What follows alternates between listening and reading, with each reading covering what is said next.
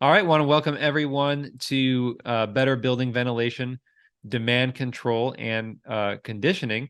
And as always, before we start, we always want to give a spotlight membership shout out to, in this case, our member, Our Value Home.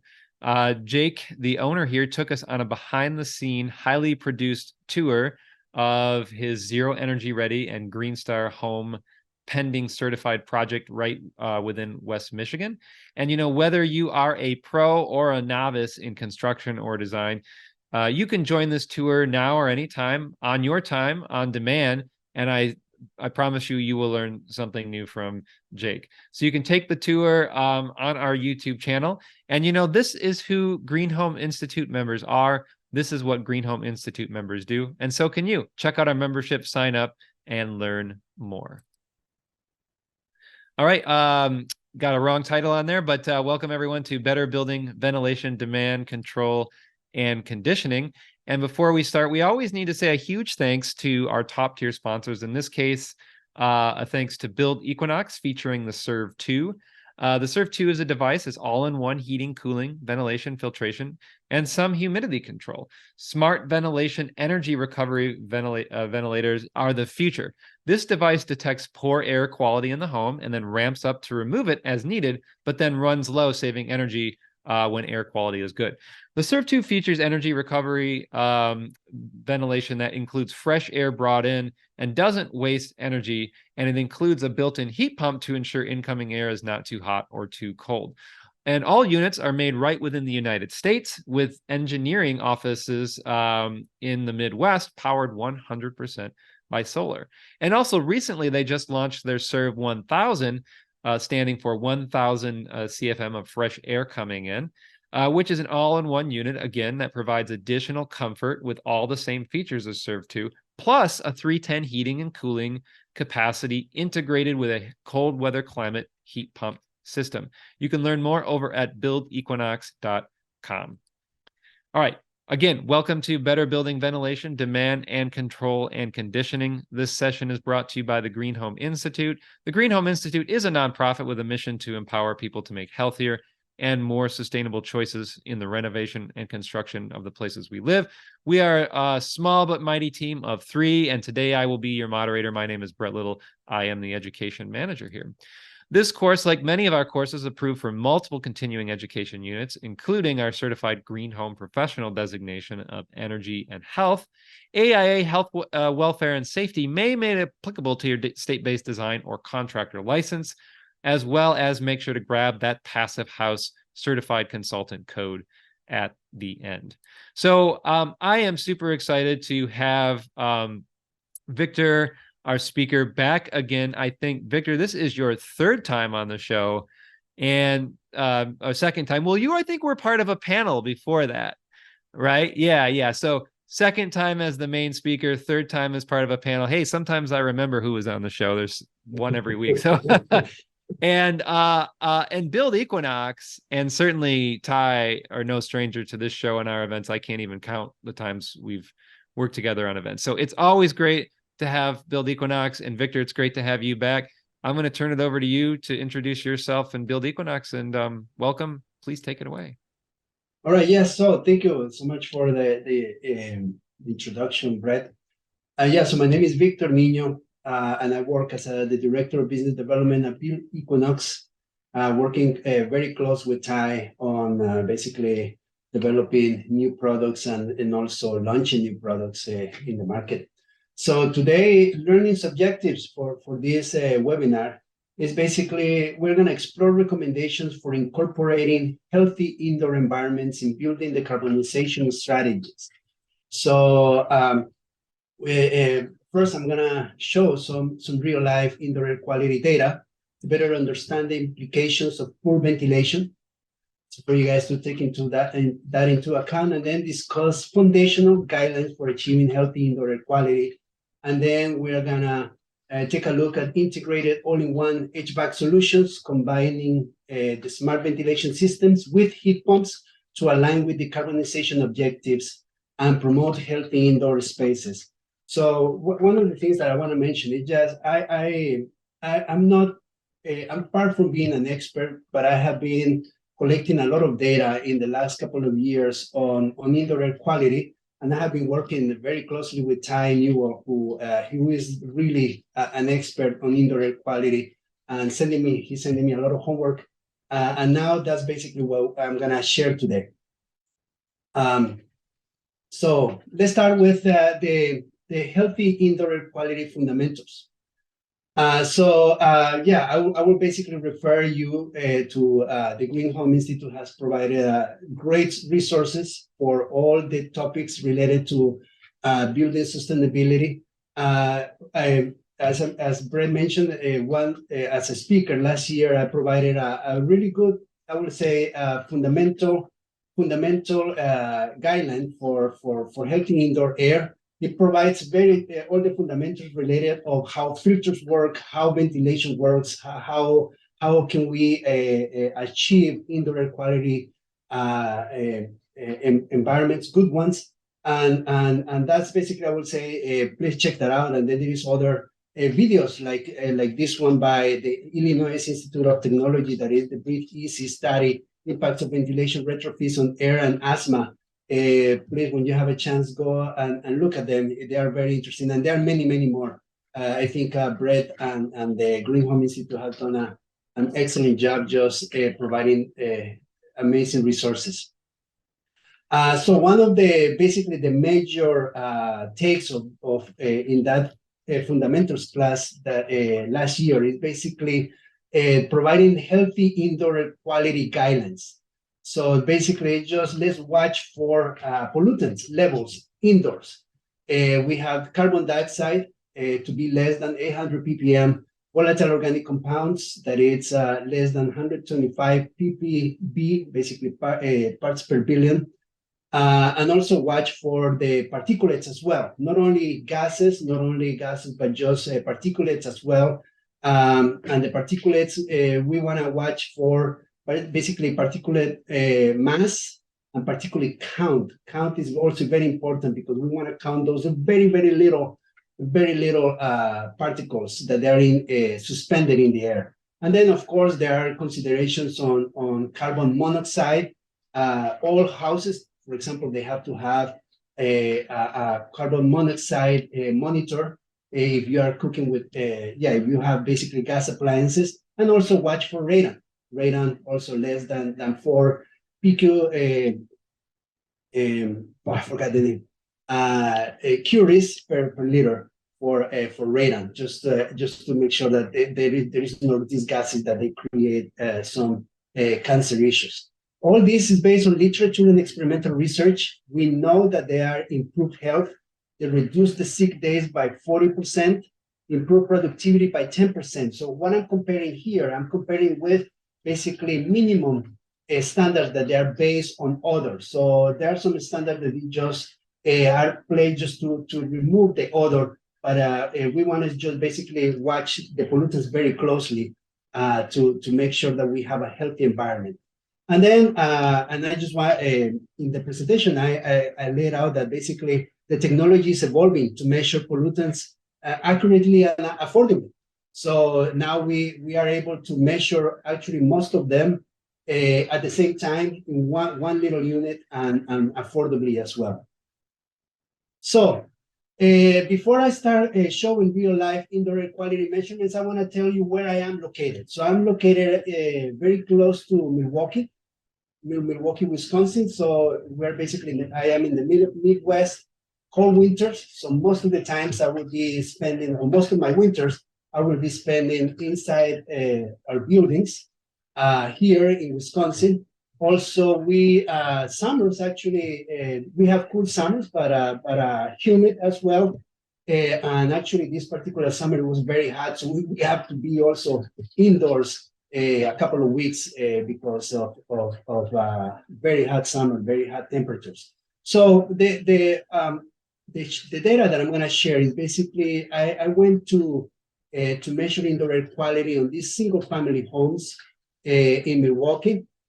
I went up north in Wisconsin to measure indoor air quality of multifamily buildings. Then I have an example of a house of worship, basically a church also in downtown Milwaukee, and an elementary school very close where Ty lives, basically in the border between Illinois and Indiana. So those are the data that I'm going to show you today, just to understand a little bit what is the effect of poor ventilation on buildings, real data. I want to also explain that this is not just separate indoor air quality analysis. All these, the people that they were basically in this graph, they were sincerely worried about reducing the energy use in their buildings. Also, they want to participate in climate action, want to reduce carbon emissions, and so on. And then, there is a company here that I work with, partner with, that basically we're trying to provide energy assessments and indoor air quality assessments together, just for them, because they ask for that as well, because they feel that there is something not right with the air that they are breathing. So this is just an explanation of the type of graphs that I will be explaining today. So this is basically a typical graph indoor air quality. We leave those indoor air quality monitors for at least 5 days, 5 to 7 or maybe 10 days, just to understand basically behavioral, what is happening inside the house. So when I try to show a graph like this, basically the pollutant is in the y-axis. Then we have the date of measurement. This is important because sometimes we measure in the winter, sometimes we measure in the summer, sometimes we measure it in a nice day where people open windows and so on. So we need to understand that as well. The location of the monitors, we use 4 monitors in each location, and we measure carbon dioxide, volatile organic compounds, particulate matter, radon, and well, of course, and temperature and humidity to understand the comfort levels, conditions. And then we have these lines over here that is basically, that's where it tells you that it's a midnight. And then, of course, in the middle of the, between the 2 lines, the 2 black lines is basically in the afternoon here, midday. And then each of the blocks are about 6 hours. So this, for example, this data, just to explain this data. Oh, I'm sorry. And then the last one, it would be the healthy range. So this is the recommendations based on research that we want to carbon dioxide below 800 ppm. And then this, when it's something that is above, is when we're starting to see, well, let's watch and see how exposed you are of this concentration and for how long you are exposed to this concentration. So this is, for example, it's a graph from a young working couple. So, and you're starting to see interesting patterns here. So it's a pattern every day in the master bedroom. They go to sleep. Carbon dioxide will go up to 1400. Then they leave to work. They just basically the home. There is no occupancy in the home. Then they come back to for work, and then they go to sleep, and et cetera, et cetera, et cetera. So you're starting to see those patterns. And then what we're seeing is basically this young couple is sleeping with high levels of carbon dioxide. So they leave at 6 o'clock in the morning, or they wake up at 6 in the morning, they leave the room, and usually the living room is in pretty healthy range most of the times. So those are the type of graphs that I'm going to show you just for some examples to understand. So when we do this comprehensive energy and indoor air quality assessment, of course, we calculate the energy use intensity. This is another single family home, 3 people, about 3,000 square foot, 3 bedrooms. We did a blower door test in here. It was about 11 ACH 50. That's considered leaky. It's an old house. It was built in 1922. They don't have any exhaust fans in the bathroom or kitchen, and they have a central system that has a MERV 8 furnace. So, and then when we take a look at carbon dioxide, you see that most of the carbon dioxide is below 800. There is some peaks in here.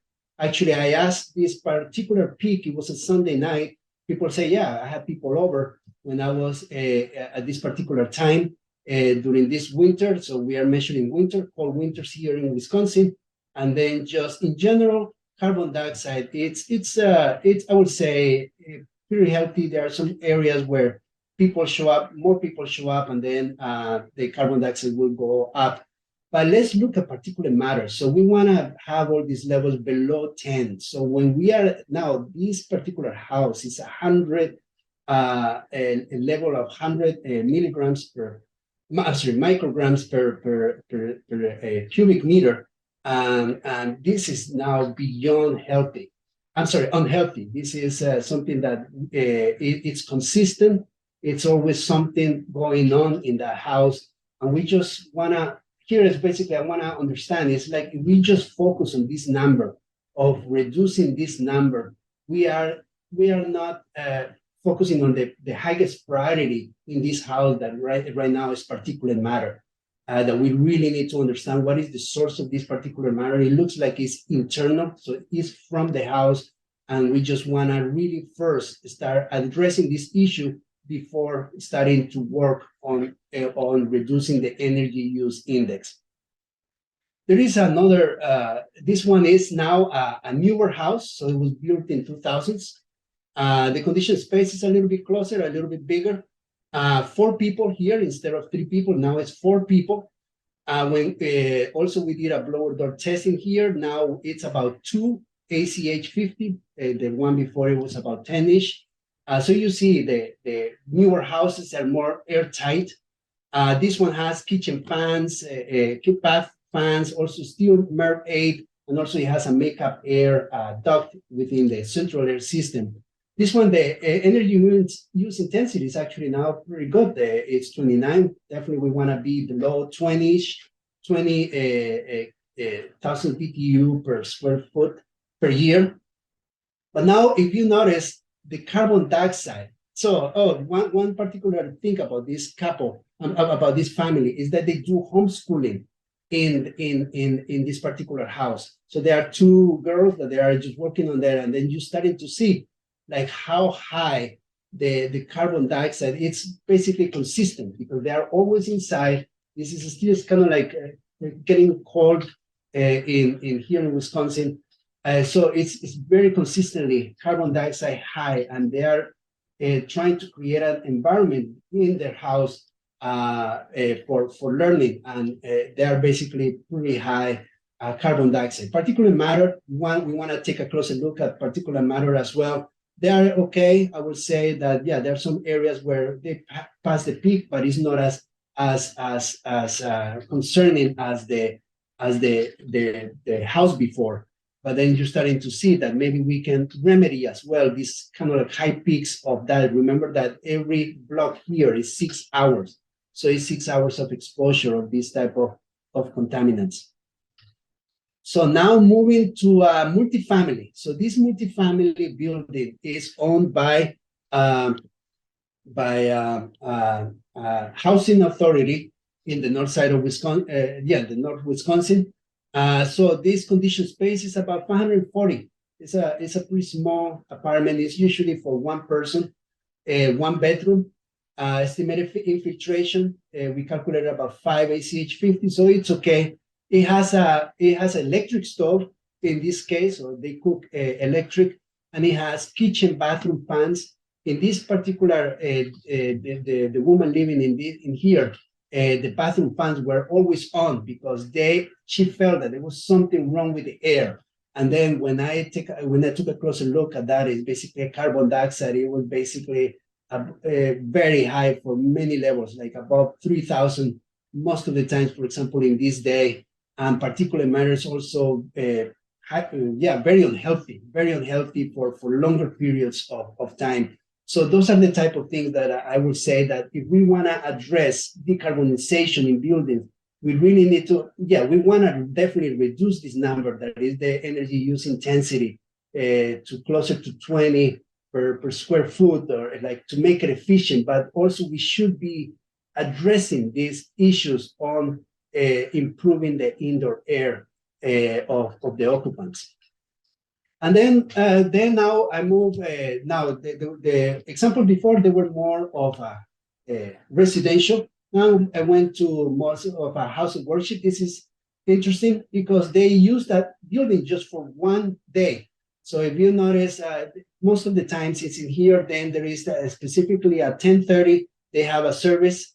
And then you see that the carbon dioxide, it start building up and then people leave and then just slowly go down and so on. There are some people working there, about a couple of people. So in general, the people working there is one or two people in the church offices. They would be working together, so they would have a pretty healthy environment. But we need to address is basically this time where everybody is showing for the service. We want to also understand how to address this issue here. The higher the carbon dioxide is also a proxy of infection by viruses. So we want to understand that. Particulate matters in general, that was pretty low, like a very healthy, or there were no particulate matters inside the building. And now we also went to Illinois, and then we put also indoor air quality monitors there. This one is a school with very high energy use intensity. Condition space, we went to a couple of few classes to put monitors, and then 750 is roughly the area of a classroom. Usually it's 25 kids and one teacher. So you're starting to see that the environment that they are basically learning, it's not ideal at all. They have carbon dioxide moving above 2,000 level. We wanted about 800 and so on. And you see that it's basically, the only source is people here. So you see that people here, they leave after the end of the day, and then it's in here. You see that during the weekends, Saturday and Sunday, and Labor Day, that was one Labor Day, basically the levels are basically low. That's when the building is healthy, and then but then they come back to school, and then it's just all the carbon dioxide and volatile organic compounds followed similar trends.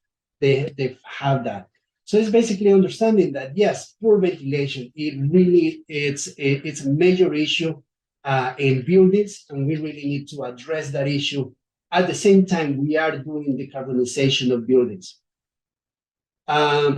This is also it's an interesting. This is just more of it's an article from the Atlantic where a person, Catherine, the reporter bought a carbon dioxide monitor, and it almost broke her. So here the thing about it is the measuring the air quality is not enough.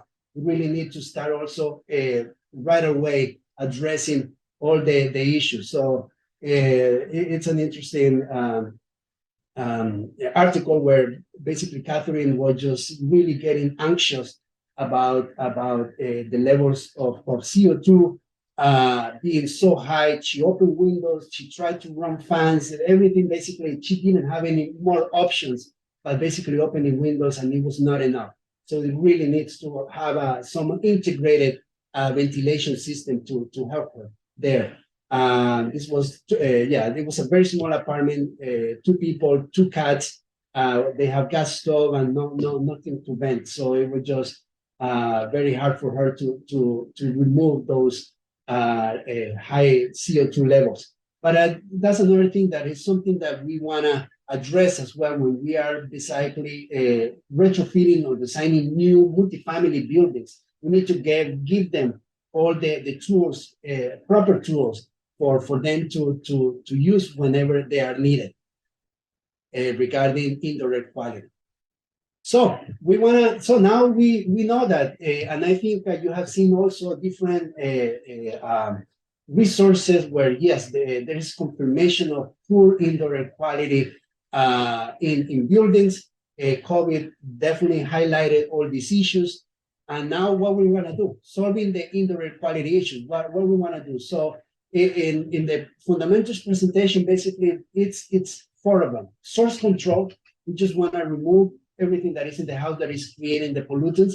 Ventilation, definitely we need to bring fresh air, but we also need to filter.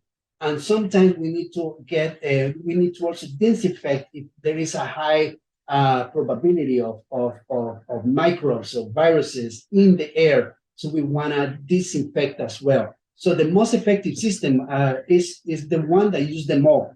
It's not one over the other one. I think both together or three together, it will, or the four together, of course, it will be the most effective system. So we want to just design those systems to provide the best indoor air quality. The question is now, how much do we need? How much do we need? How much ventilation we need? We hear all the time this build tight, ventilate right. So how much is right? And what is the best filter that we need to put in our systems? What is the best filter? So now we're starting to see more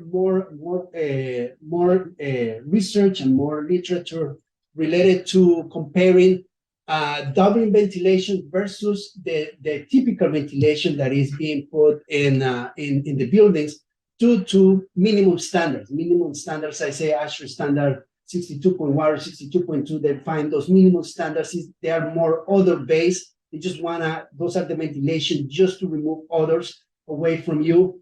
But then we need to just understand what happens if we double the ventilation. So there is quite many papers that they talk about doubling the ventilation. So usually 25, when you see 20, 25 is basically ASHRAE standards, and then doubling the ventilation basically.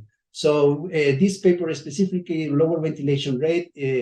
At the low ventilation rates, so around 20 CFM per person, we have higher indoor air quality complaints, 35% increase in short-term sick leave, about $500 per employee per year of loss due to not working. The second one, this another paper, is more related to cognition. What happens if we are breathing or the area is poor, the area is poor ventilated. Also compare 20 CFM versus 40 CFM, and then controlling VOCs. Basically, we have source control of VOCs, of pollutants. The cognitive, you think better. Cognitive scores increase in this particular example, 61%. And then doubling the ventilation increase also cognitive scores further, basically double. So that's where now starting to see more of a quantitative data of the effect of doubling ventilation, moving toward these type of numbers, about 50 or 40 CFM per person. Another one is basically what happens if we are sleeping. We sleep, we usually close the doors. If it's very cold outside or very hot outside, we just also close the doors and wait for the air conditioning to help us. But we usually, so here is a study, dormitory room, where they compare 2,000 versus 800. And this was more of a qualitative, but basically doing surveys to students. Definitely poor ventilation negatively affects sleep and next day performance, and recommends carbon dioxide to be leveled about below 800 ppm. And then the question is, well, now you are asking us to run higher ventilation rates. So is that too expensive? How expensive it is? So there is another study by, this one is by Professor Joseph Allen from Harvard, where they did modeling of that 20 CFM versus 40 CFM person, and then doubling ventilation rates. It cost about $40 per person per year with no ERV. Definitely you get the I would say cost penalty, but using an ERV, an energy recovery ventilator, significantly reduce those energy costs. But that small penalty per person, definitely it provides more like health benefits and improves productivity to the worker, equivalent to about $6,500 per person per year. So in other words, yes, there is going to be a little penalty on the energy consumption, but then definitely is going to be huge benefits of having healthy environment for the people. So this is more related to ventilation. So in ventilation, basically all this literature is basically addressing these 40, kind of like pointing towards 40 CFM per person. Now, what about fine particles and germs? So, so 40 CFM per person, it helps a lot reducing the amount of pollutants, but then more effective if you add filters. So filters, we need to understand is that they're many type of particles from, this is the particle size. We breathe biological contaminants, pollen, mold. We call allergens, bacteria, viruses get us sick. The viruses are the smallest of the biological contaminants. They are basically very, very small. They are basically like a gas. Particular contaminants from combustion, everything from the stove, from cooking, from exhaust gases and so on. And then dust, definitely, there is always very small. So the question is a filter effective when the particles are so small? We're talking about 0.01 micron. The diameter of a hair is about 100 microns. So we're talking about very, very tiny one. So there is a major study by Professor Pamphlet and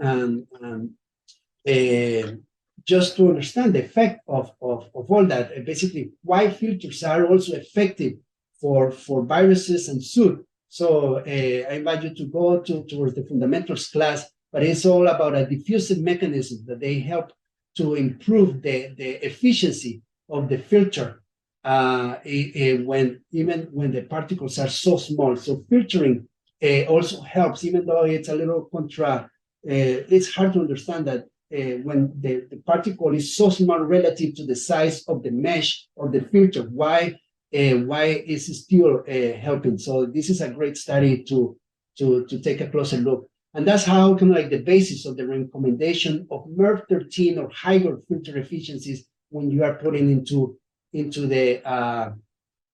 your system. So now we have now the tools to address wildfire smoke. This is a picture of Milwaukee, June 27. Very unhealthy. That was a screenshot of what was happening that day in Milwaukee. We got a lot of smoke from the west side of Canada, the wildfires from there. They come here really, really bad. So what to do there? So Professor Type wrote a really nice article about that. It's basically, first, we need to seal the building the best as possible. We want to just keep the pollutants outside, definitely. We want to avoid using exhaust-only fans because that will lower the indoor air pressure. So what it means is basically it will increase the infiltration of your building.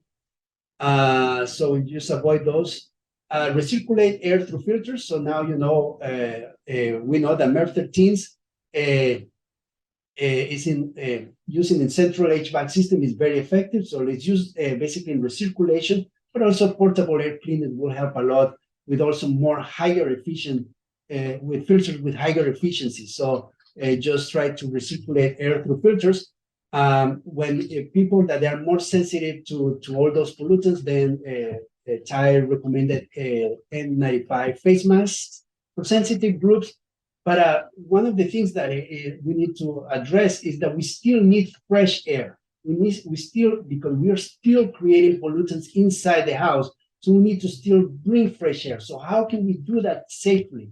So definitely that's where we think about balanced ventilation and just watch the contaminants to be about 800 ppm of CO2. And then, of course, use MERV 13 filters or higher that we know that they are effective for small particles in the fresh air intake. So that will basically bring down that.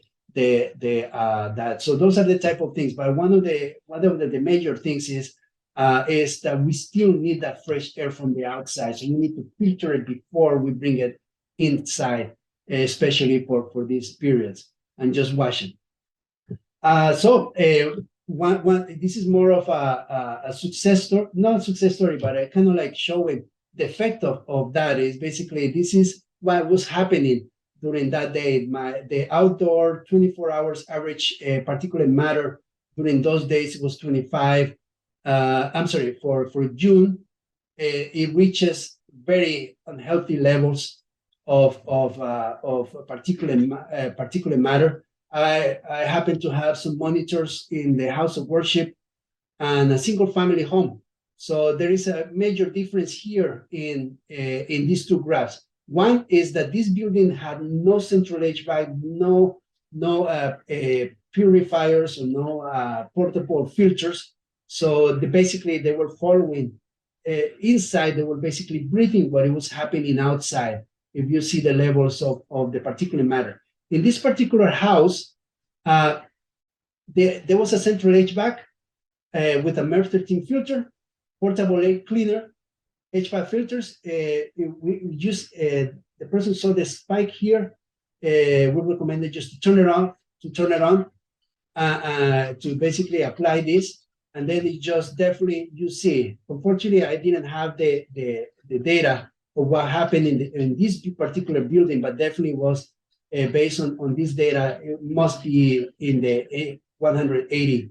And it was just to see that definitely it was helping. It helped a lot. It wasn't good enough, because definitely there might be some air infiltration issues in this particular house or so on.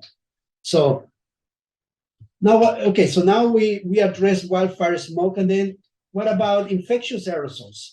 So today we were, or most of my entire life, we were basically treating viral diseases by medicine, and that was basically the whole year, until we got a disease that didn't have at that time a medicine to cure. So now, ventilation and filtration were not typically preventive measures. Now, ASHRAE, the epidemic task, is recommending as a preventive measure to have MERV 13 or better for better health. And then they added this ASHRAE standard 241, where now they are actually setting up these infection risk management modes for to try to address those issues in there. And also additional papers that now they're starting to understand what happened with this type of viruses. This particular paper from the University of Oregon, they provided the understanding that it provides real-world evidence of discrete virus aerosols with increasing ventilation. So ventilation definitely also helps to reduce virals, and also filtering as well will reduce the effect of viruses. So probably we knew that. It's just that now there is a lot more documentation quantifying by how much. So just a little note about ASHRAE standard 241. This is very exciting news for the building community, because it provides guidelines for managing airborne infection risk in various types of buildings and spaces. They define this infection risk management mode of operation. So it's basically for periods of higher levels of infection risk. It's defined by an authority. Probably the CDC will say, or probably even the school district will say, we are in flu mode or flu season mode. Let's operate at this infection risk management mode operation, and then it will define what are the requirements. That is in terms of equivalent clean airflow rate. So basically how much fresh air, how much filtered recirculated air, and how much disinfected air we need to get into this risk management mode. For offices and residential, they are doing about 30 CFM of clean air per person. For classrooms, for example, 40 CFM of clean air per person, and so on. So there is a list of all the buildings and how much clean air per person is needed to mitigate the risk of virus infection. And also another thing that they have in this standard is basically requirements for residential and healthcare facilities housing infected persons. So how to manage a person that is infected within the building. So it's basically source control. So they have all those guidelines as well. So please take a closer look at those. It's a very, very, exciting ASHRAE standard for that. But one of the additional remarks is this ASHRAE standard 241 is for infection risk management mode of operation. So they are trying to address about 40 to 50 CFM per person of clean air. But we also need to operate, we need to make sure that also the air is healthy at all times, I would say, because we need there is long-term health loss if we don't ventilate right. Cognition loss, we need to operate in cognition loss risk management mode. My wife should be able to press the button if I'm starting to make bad decisions.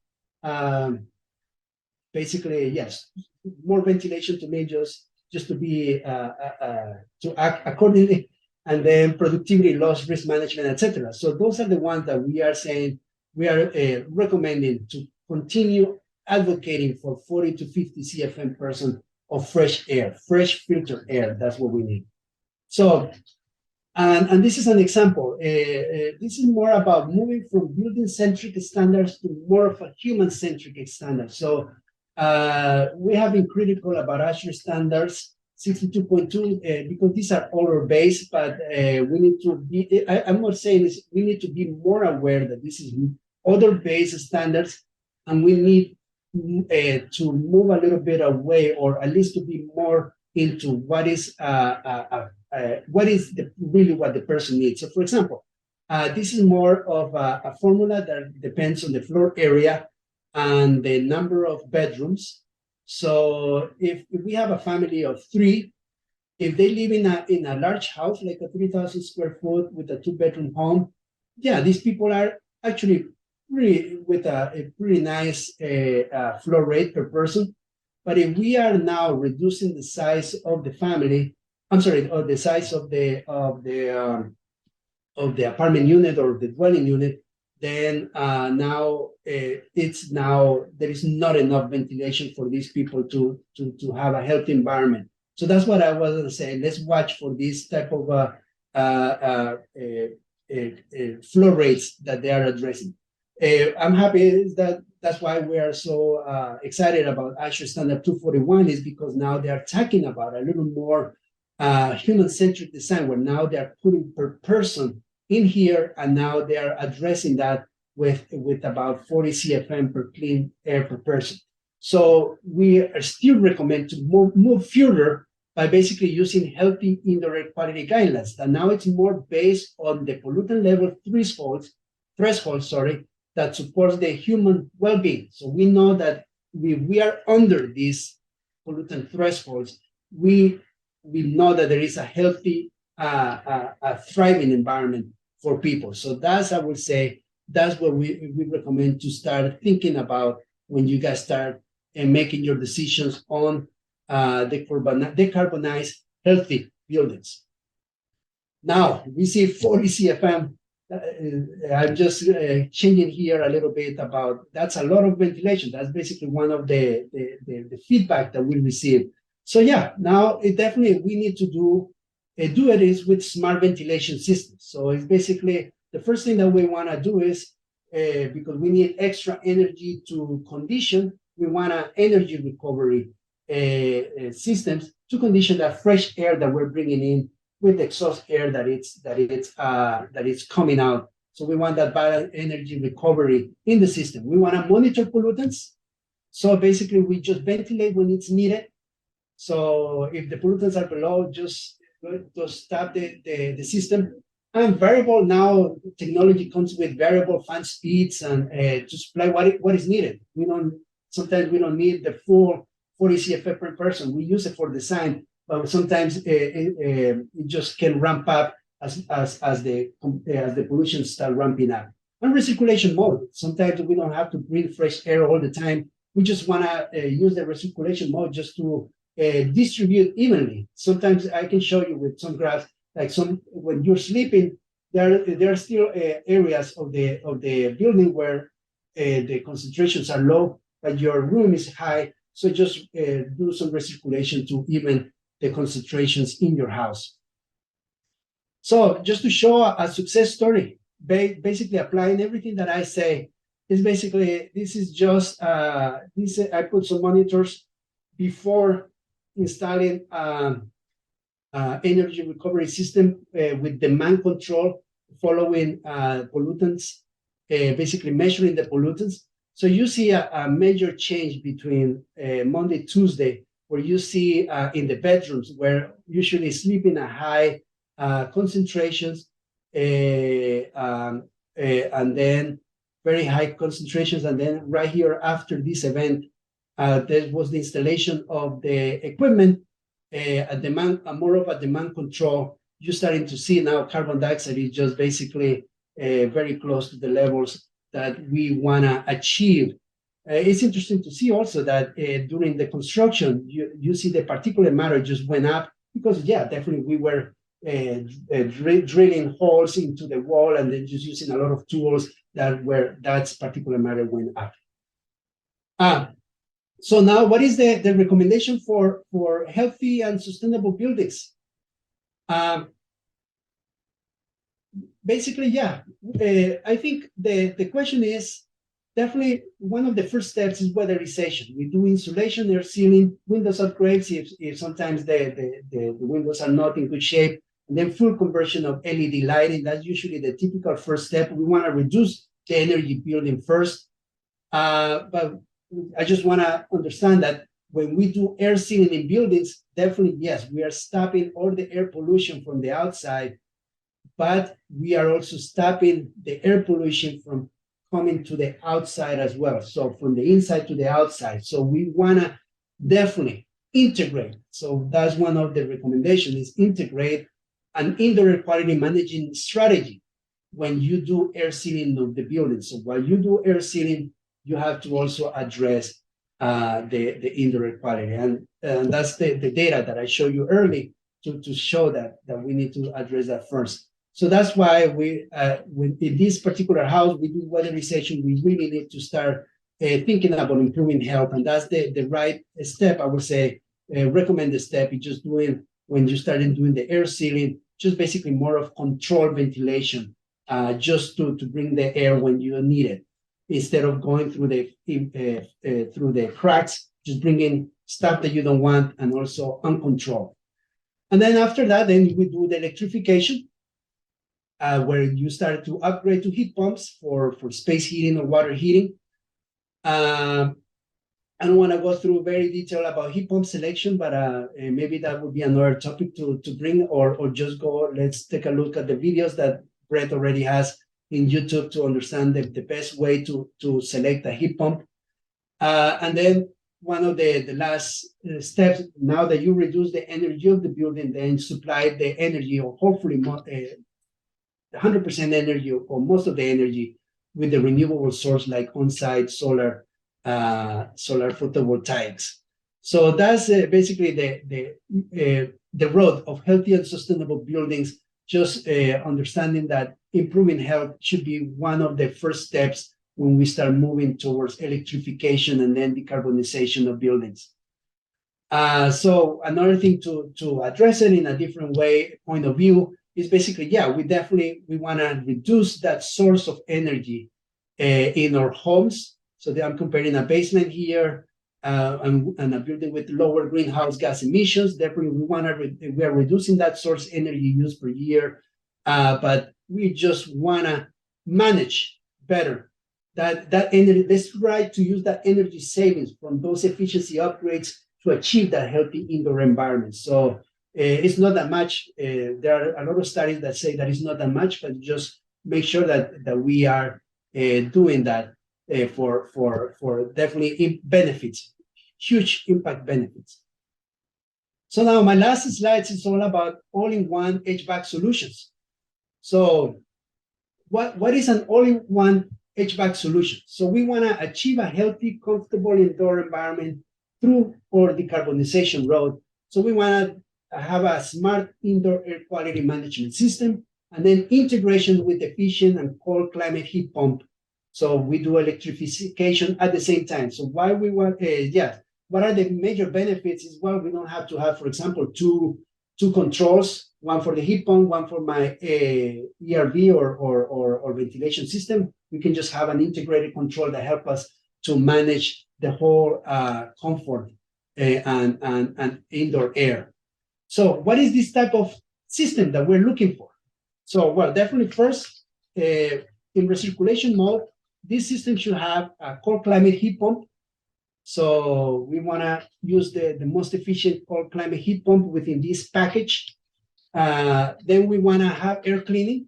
for recirculation mode. So we talk about MERV 13 filters that are or higher to be very effective, cleaning the air inside. UVGI, ultraviolet germicidal air radiation for disinfection. Sometimes if the risk of viral diseases is higher, then we should be able to turn on that UV light.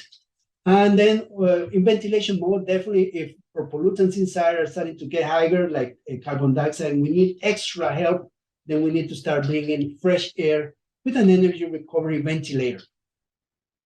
One of the things about it is that we want to have a MERV 13 filter just before coming in. So we have fresh but filtered air with very, very low concentrations of particles before it hits in here. So, but then we want to have also smart features. What are the type of smart controls that we want to have in here?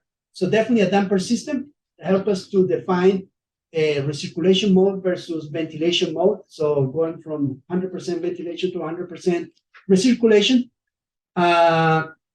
We also want to have basically demand control features, basically understanding what is happening, not only from a pollutant side, but also from a comfort side. We want a higher temperature, comfortable temperature and relative humidity. We want to control that. And we also want to control carbon dioxide, volatile organic compounds, and then the particulate matter or fine particles. We want to just control, and then that it will give us the signal of what to do.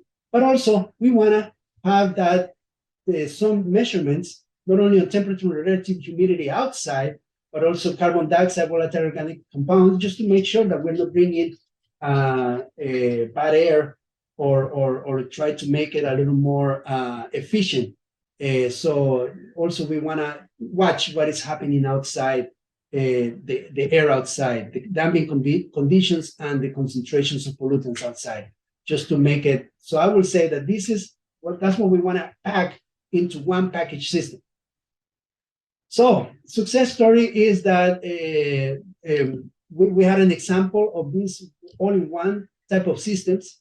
What we did that it was in a school project.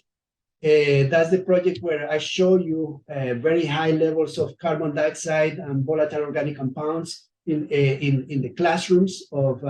So this high school, junior high school is about 25,000 square foot, 200 students. It's a rural school, and this is the typical pictures of the classroom. They have a window air conditioner right here. They have a baseboard heater. So they have a central boiler that basically provides the heat for all the classrooms through basically a hydronic system. But there is no ventilation. There is no ventilation. That's the reason there is a very high. There is no other ways to open. I don't think they can open the windows. So it's hard to open the windows. So definitely that's something that we really need to address immediately. Is basically the health of the kids to provide a really healthy environment as well. So this is just to show what it was before. Like, so this was the current indoor air quality management the indoor air quality monitoring, what it was showing. So the particles were about 2,400 high level and so on. Let's remember that the UI is very high in this school, so but we need to address this issue first of the kids breathing better air. So this is some pictures of the indoor air quality and comfort management system, basically the all-in-one package that has this particular system has 36,000 BTU per hour heating and cooling capacity. It's a core climate heat pump integrated, so about 70% capacity at minus 15 degrees Fahrenheit. And then it provides about 1,000 CFM of fresh air, about 80% sensible, 60% latent energy recovery. But we have seen better efficiencies than that because at some most of the time when it's running the unit. And definitely that's what we did, basically pack everything that I just mentioned into this system to provide comfort, electrification of schools. So are the results? The results are great. As I mentioned, they were always This is the room with no ventilation. Actually, we did an experiment. We closed intentionally the vents of the room in here, so the particular, I'm sorry, the carbon dioxide went up as we were expecting. But then when we turn on the unit to ventilation, that's where dramatically changed. We just saved their 1,500 ppm difference. That definitely is a healthier environment in this particular school. So if you notice, yes, there is still not there yet. We're not quite there in the 900, and we were just understanding what was happening there. And the reason it was actually cross-contamination, because the other rooms are at 2,400 ppm parts per million, and the hallway was also at that high level. So the hallway that it was, this room is connected to a hallway. That's the carbon dioxide that it was coming to this room. So it was a little bit harder to control that because of that cross-contamination. But now that we are working with the whole school to put this type of units in all the schools, definitely we are gonna reduce this issue. And this is just a picture of the comparison. What was happening before. So this is basically a similar month. We did this September, but this was in 2021. And this is September this year, where you see dramatic differences in carbon dioxide in these particulars in these classrooms. Let's see, an energy consumption. So this is just a nice quick graph where I showed you ventilation mode. That basically this is when the fans are operating, when is ventilation operating. So if you see it just usually it's running when the kids need it the most, but now when they leave, just turn off the system, or the system is not operating. Also, you notice the VOCs are now actually pretty good level all the time.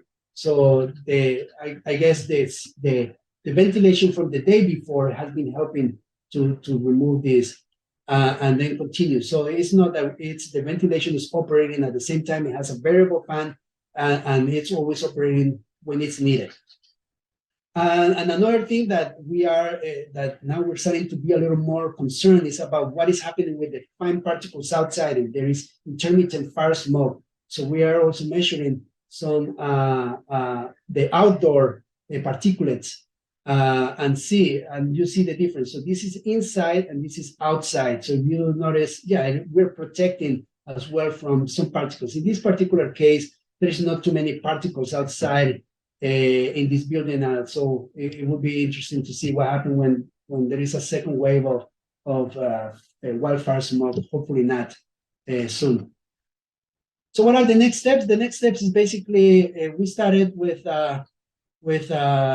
installing one unit in one room. We are just gonna complete the installation of 12 more units. So we will see this similar effect in all the other rooms in here. The hallway should be also seeing an effect on reduction of pollutants as well. And what else? And then what about the major goal of this school is basically reduce carbon emissions. So this is part of that. It's not just separated, focusing on health. This is health, bringing electrification through cold climate heat pumps, and then, but also integrating it with ERV, demand control systems, and so on.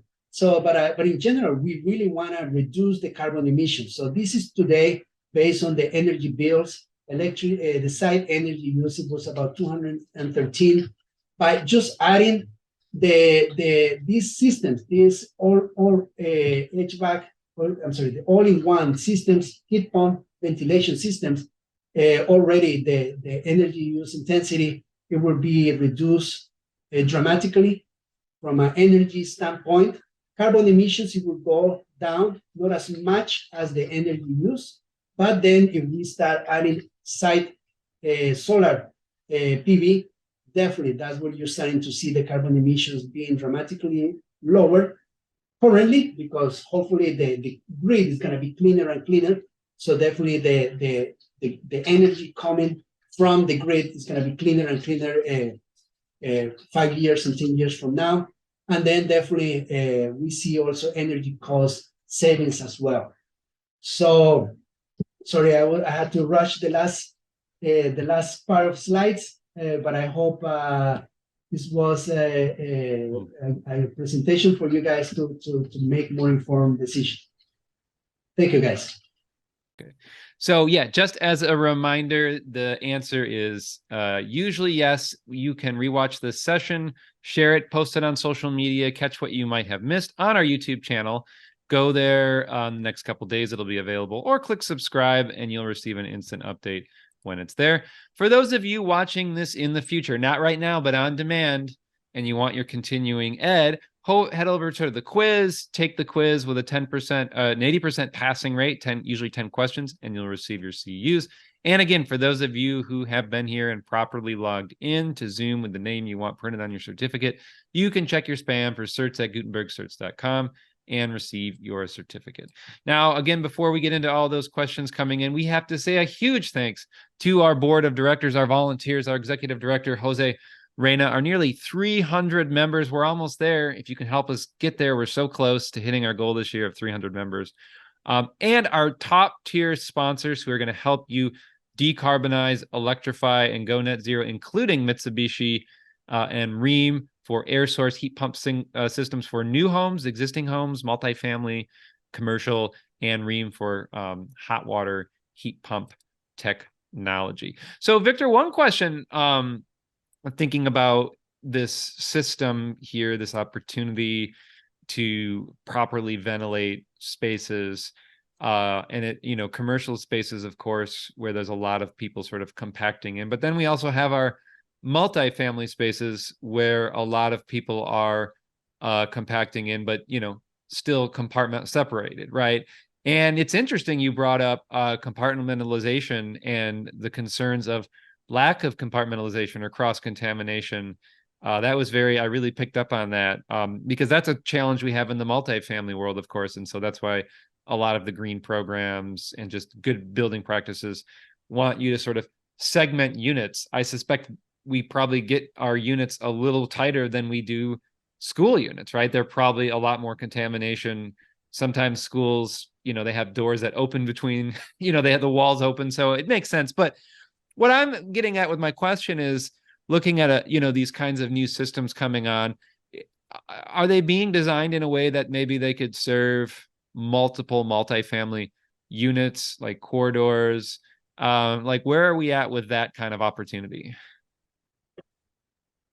Yeah, and I say here's where I would welcome Ty to complement my answer. But in general, I would say that yes, I think it's usually we're at the beginning of that because it requires more I would say smart control, how to address the same. But at the end of the day, it's basically that's where we see the future as well, is how to control, for example, one single family house where there are a person here and a person over there, they're doing more pollution than in here and so on, how to address that. So I think we should be able to also understand that in the sense that we need to create a smart system that help us just basically send the fresh filtered air when it's needed or recirculate when it's needed. So maybe a one system that helps to move that. At the end of the day, cross-contamination, as long as we have enough fresh air coming out and bringing fresh air in, we might be reducing that. And we will see it in hopefully very soon when we install those 12 units in the school, in the 12 classrooms, that they are all together. So we will see that cross-contamination going down because now independent sources are basically mitigating all the pollutants. And I heard you call on Ty, so I don't know if you're going to add a little more to that, Ty, but the question was, how these systems can apply to multifamily housing. Yes, in multifamily, similar to, say, a bunch of classrooms, as Victor is describing, It'd be nice to keep each one isolated. And, with today's centralized duct system, you have a case where somebody sick on the other side of the building makes someone sick that's, far away from them. And our viewpoint is more of a diffuse control. So every classroom is efficiently controlled on its own, and each apartment as well, in terms of like our residential scaled system.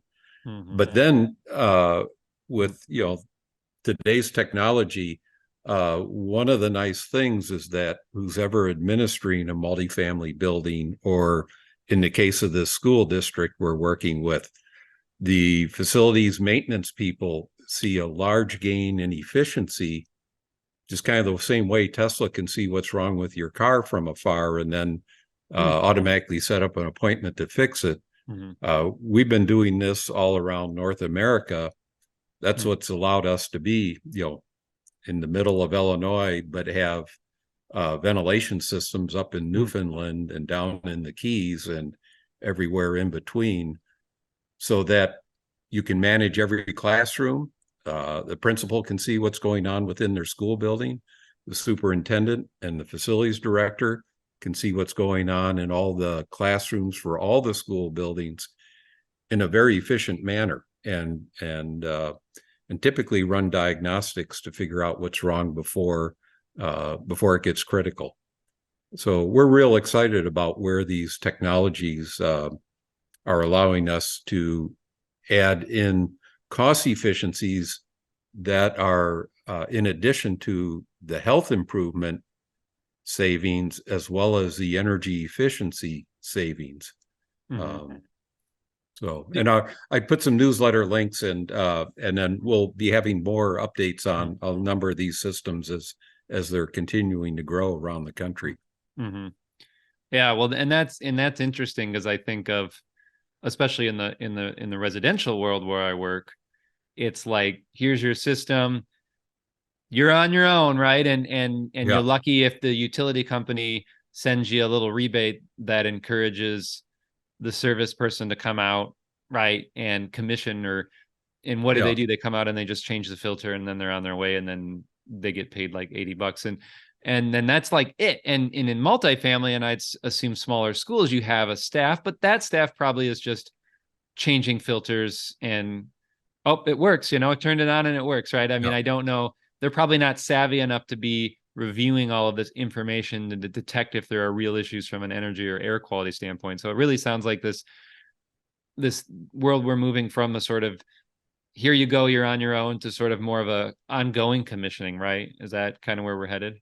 Yeah, and that's another that brings up a good point. So hardly anyone's heard of us or about this technology. I mean, how could technology this advanced come out of the U.S.? Everybody's used to thinking it must come from somewhere else, and but this has really allowed us to, as an installer who hasn't heard of us, thinks this thing looked like it came from Mars.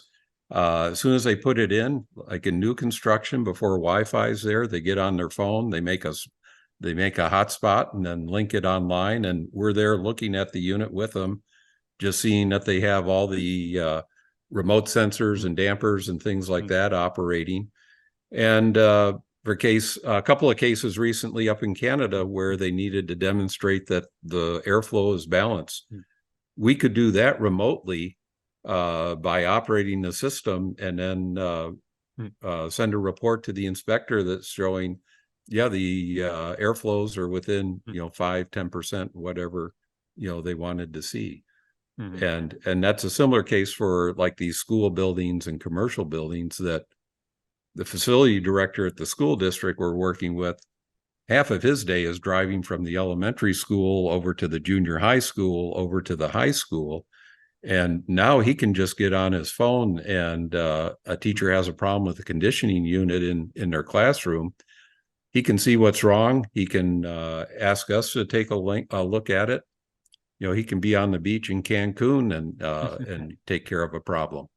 So there's really going to be some great capabilities that help us make sure that we're maintaining healthy and comfortable environments, and these health savings and productivity savings, these far outweigh the energy costs. But I don't know if Victor mentioned it, but our readings during the cooling part of the school year that just started up, this new unit is running 40% less energy required than the current room air conditioners that are trying to keep classrooms comfortable, but without any air quality management. Yeah, and that's and that was, I think, one of the questions, if there's, you know, trade-offs of energy efficiency and air quality, and it really sounds like there's not necessarily a trade-off, but you're really just talking about more efficient systems if you're comparing it to our standard ventilation practices. If you're comparing it to no ventilation, then you really can't win, because when there's no ventilation, there's no energy being used, right? So it's not really a fair comparison, right? It gets to be a mixed bag where you know, in the case of this school, when we were hitting 105 degrees early in the school year, we were maintaining that classroom at 72 degrees while the window air conditioners were struggling to keep up. But we were maintaining 72 degrees while bringing in 1,000 CFM of fresh air, fresh filtered air that was also running through 75 watts of ultraviolet air purification. And so we've got a lot more going on, but we're able to do that much more efficiently than just simply comfort conditioning and forgetting about ventilation. Well, kind of going back to some questions and some clarifications that came up at the beginning on the studies, going back to some of those homes and buildings you were monitoring, the questions were just like, what were you using to monitor those different air quality metrics in those buildings and homes? Like which type of brands I was using? Yeah, sure. Or just you know, I guess maybe to be a little more broad, because I know there are air quality monitorings that sort of just focus on one metric, right? CO2, PM 2.5, and then there are sort of ones that come out and they you know, they say they can do a lot of these. So I guess more of the question was, did you have multiple different sensors that just censored one type of pollutant or particulate, or was it all in one, or a little bit of both? Yeah, I would say that it was all in one. Those using basically affordable indoor air quality monitors. But definitely, you want to understand is the precision or the certainty of the result or the measurement. So I was able to compare them with basically I would say experimental, or say high grade carbon dioxide monitoring and PM monitoring systems that Ty has in his laboratories. And in general, I would say carbon dioxide is really good, even for the affordable ones. Of course, you spend more money on the more expensive ones. Definitely will have better sensors. Particular matter is also, I have found that they are actually comparing different monitors. They are actually providing the similar reading, very similar. So I do a little bit of calibration of my monitoring system before I go to a house. Volatile organic compounds, that's a little bit off. That's where I would see the ones that a more expensive brand will have better VOC sensors compared to the high grade sensor that Ty has in his laboratories. And then, you know, looking at especially the housing, did you I guess especially with some of those high particulate matter loads on those, were those homes using gas for cooking, heating, water heating? Were those measurements being taken during wildfire season? Like, what was driving? Do you have any sense of what was driving that high particulate matter? Yeah, and the best example is that multifamily that I went the north side. Do you want me to share Oh yeah, sure. You can if you want to share it, that would be great. Okay, I can share my screen. I think it's this one. Let me see. Hmm. This part, yeah, the sorry. Hmm. This one is a multifamily. Electric gas stove. Electric stove. Electric stove. There is no cooking. The only source of carbon dioxide is basically people there. And this particular person, I remember that because I interviewed her, she has kids that they show up and visit her, basically grandkids that they want to visit her. So basically, it's all this related to people. I remember also this part, why it just dropped here. It was actually, this was nice days. This was very cold days. This was a nicer days, but probably she opened the window. But here, this particulate, it just living. It's just living. I remember that she said that she started cleaning a lot because she felt that there was something wrong, and she started cleaning and using mostly a lot of chemical agents. That probably that's what it was. It's all this, and just being in a small apartment, doing all this. It has a fan, and she told me also she had that fan, bath fan running all the time, trying to see if they can help out, and definitely was not helpful. She really needs more help than a fan exhaust. Yeah.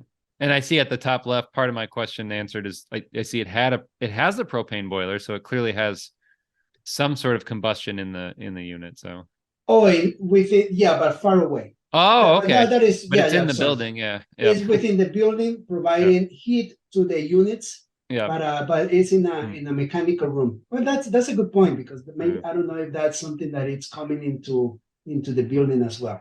We'll see when this building is in the process of electrification, decarbonization. Sure. Brett, I might just mention on like between gas cooking and electric cooking on particulates, and this is data from Lawrence Berkeley Labs, that the particulates typically aren't too different between gas cooking and electric cooking. But in terms of CO2, like a typical front gas burner on the top of a stove, about 6,000 BTUs per hour. That's equivalent to adding 5 or 6 people in the house breathing CO2 out. So it's a big CO2 load, a big ventilation load on the home. And then as far as VOCs, let's say in all electric homes, as Victor is describing, CO2 and VOCs have a pretty similar ratio, this 125 parts per billion of this VOC soup to about 800 parts per million on CO2. And we watch that because as VOCs elevate above that relative to the CO2 level, that tells us that something else is adding chemicals, off-gassing of formaldehyde, maybe a gas leak, which we've seen in different homes, both propane as well as methane are VOCs when they're released like that. In all electric homes, when the human is the source of CO2, there we'll see this kind of CO2 VOC balance, and then we'll even see VOCs lag or drop below the CO2 level, because VOCs also leave the indoors by other pathways rather than just by dilution, which CO2 needs. VOCs are reactive. Fortunately, a lot of the results of those reactions are creation of a little bit of CO2 and a little bit of water. So you take something more complex and it breaks down. That's often its ultimate path. And so we'll see CO2 drop at a faster rate than VOCs drop at a faster rate than CO2 in within a room that's basically human pollutants. Well, you'll have to share that study, going back to what you said about gas versus electric cooking and PM 2.5, because I'd be curious, because I think we've got plenty of other, at least anecdotal, and some other research we've seen that may may, and quite frankly, say quite the opposite. So I don't want to go down that rabbit hole right here, though. But just I had to make sure to state that since you brought it up, and I'd love to see that study and consider all points of view. But no, thank you for expounding upon that. And so I wanted to get into some of the other questions that were coming in here, and make sure I got to some of them here before we shifted over. And so the other question is, well, really it's about outdoor air qualities. So again, there was some discussion about the wildfire smoke. You brought that up, Victor. There were a couple of questions around that too. And I think there was a statement you made, Victor, about, watching or monitoring the outdoor air, versus, ventilation versus filtration and bringing it in. And so when you made that statement, I guess I have to ask, is that the expectation of the user to be monitoring that outdoor air, right? Either directly or through like the EPA's app. I use that quite frequently, or the Purple Air app. I don't have Purple Air, but I would toggle between the two this summer just to see what the heck was going on outside. And then I would use that to operate my own ERV appropriately. But that is not sustainable for the average person. Like, I'm just a nerd, right? And so when you said that, is this an expectation that there's some kind of device outside, it's communicating with the smart controls, hey, outdoors not good, it's pulling in, we need to shut this down or slow it down? Or is there an expectation that there's some sort of operator, or maybe both? Like, can you speak to that a little bit? Yeah, in general, I would say that having a better filter outside, that definitely it's more of a, like, there is not too much. I mean, you have to replace the filter, but it's a little less time consuming than just watching and just turn it on, turn it off, and so on. But I would say that, and that's where we'll say, based on the literature, MERV 15 or higher not only works in the inside, also should work for the outside air, just trying to bring, so let's call now fresh filter air indoors. So that's basically it's not only fresh air, because fresh air, you have a bad filter, you might bring other things, and not only in high seasons of fire smoke, also pollen or some areas where there is traffic and so on. I think our recommendation is also to put MERV 15 filters or higher in the outside, basically the fresh vents. And definitely a lot better than just bringing that the infiltrations are bringing that fresh unfiltered air. Definitely, for sure. And I would say, but yeah, of course, then a little step beyond that, smart systems. Smart systems should be able to also start understanding what is the logic based on what is happening outside. And Brett, along the lines of Purple Air, which is, has very interesting data, but we will, with systems like the SERV unit, monitor the outdoor air quality. And what you're going to see is that there's localized sources of outdoor pollutants that we need to know about. There's releases that happen at night. There's a region in a neighborhood where somebody's maybe burning or something, and where that wind is going to move that. And we've seen this in neighborhoods where we have several of our systems that you can locally see the swath of poor outdoor air blowing over a segment of homes.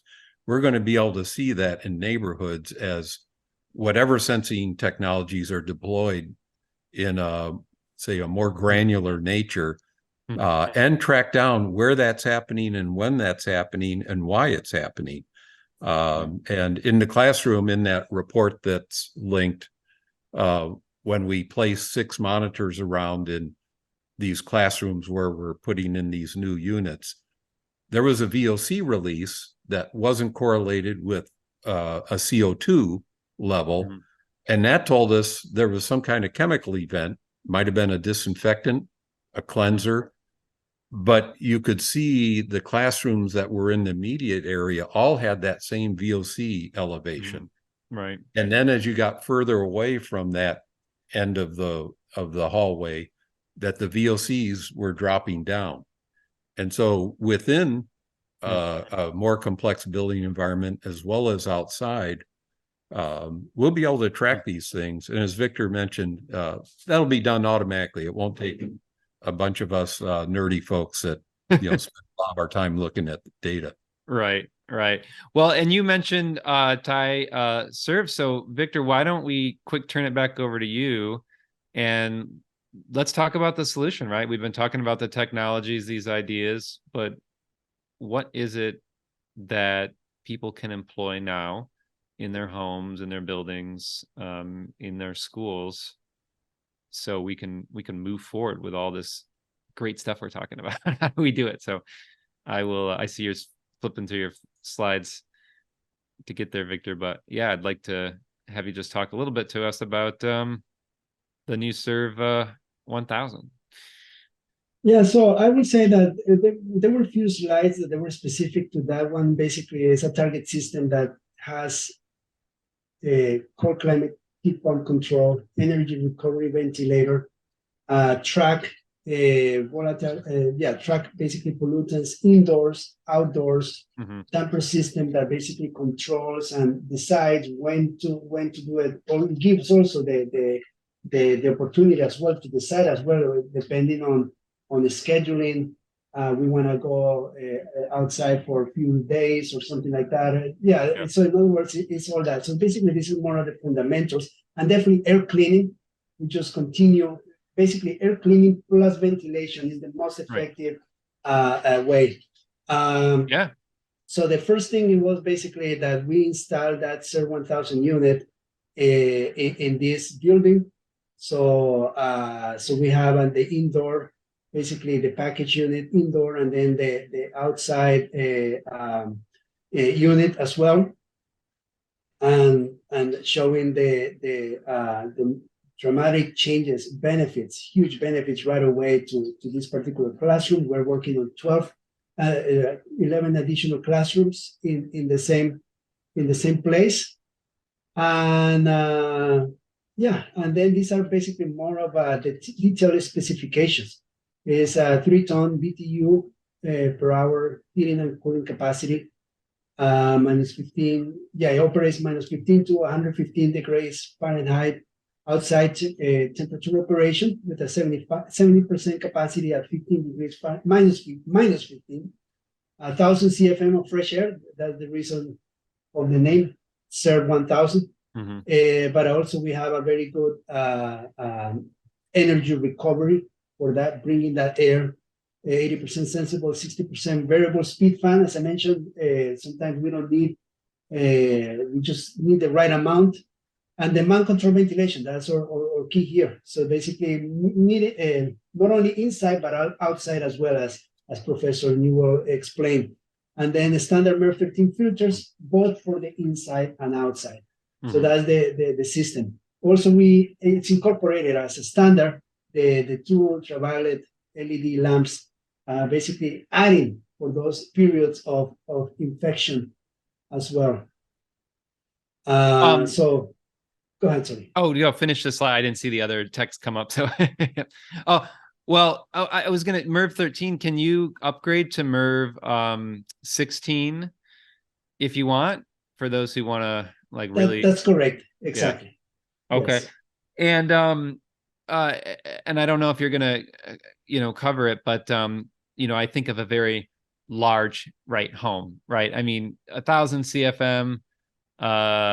Huge numbers, and your goal there was what, 50 CFM per person, right?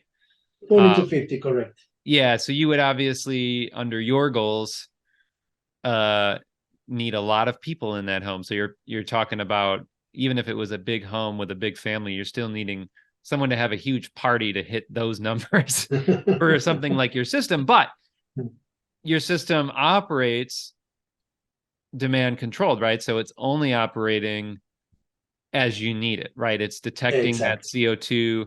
So it's really the 36,000 BTUs that I'm excited about, because could effectively your system be for a very large home that's built very well and have it just have a duct system that's ducted to the unit? Could that work? Yeah, in general, the current design it was designed for high occupancy, as you mentioned, Yep. Brett. I will say that, Ty, I will let you answer that specific question from Brett.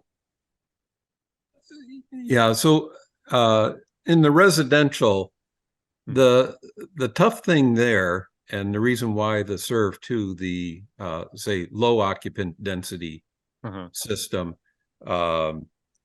that we haven't built the comfort conditioning in, because there's so many flavors and varieties and preferences that people have for their comfort conditioning systems, radiant systems, distributed mini splits, multi-head mini splits, central systems, geothermal systems, and then combinations of all of those. And so in the residential, we've just found that focus on managing air quality and then being flexible to integrate into different systems. So in many homes now, we're controlling the comfort conditioning system, even though we don't have that built into the serve unit. So we'll run multiple mini split heads doing the comfort conditioning while we're also then managing air quality. In the high occupant density environment, like a classroom, a restaurant, a house of worship, something like that, there we're looking more for, we built in the comfort conditioning, but it's almost all human dominated. And it turns out that roughly about 3 tons of comfort conditioning relative to a classroom or a space that might have, say, 20 to 30 people, that whether you're in the South with air conditioning dominated loads or you're in the North with heating dominated loads, that 3 tons with that very high ventilation load for that space, that fits the bill for a wide, all North American climate zones. And so it's a real trick to bring in 1,000 CFM into a room, do that quietly, and this unit is 10 times quieter than the window air conditioners that are in the adjacent classrooms that we're replacing, as well as being more energy efficient. It looks like a battleship has been put in someone's classroom. But no, that's a good point. What is the dBA that usually kicks out of those things? When we're running full airflow, it's 52 dBA, where the window air conditioners in the adjacent room doing the same acoustic measurements run 63 dBA. And then, as all the teachers in this junior high school have told us, is that the kids are much noisier than the window air conditioner.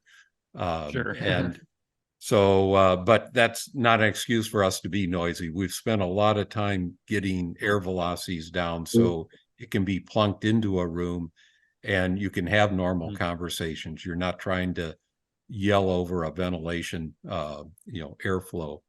Another important factor, though, is that this unit for classrooms or those spaces, it fits through a standard doorway. And we've also worked hard so that the skill level to install it is something that exists in every community, that the local HVAC person, or in the case of the school district, their facilities and maintenance personnel, they have the expertise to install this. It's like putting in a big mini split.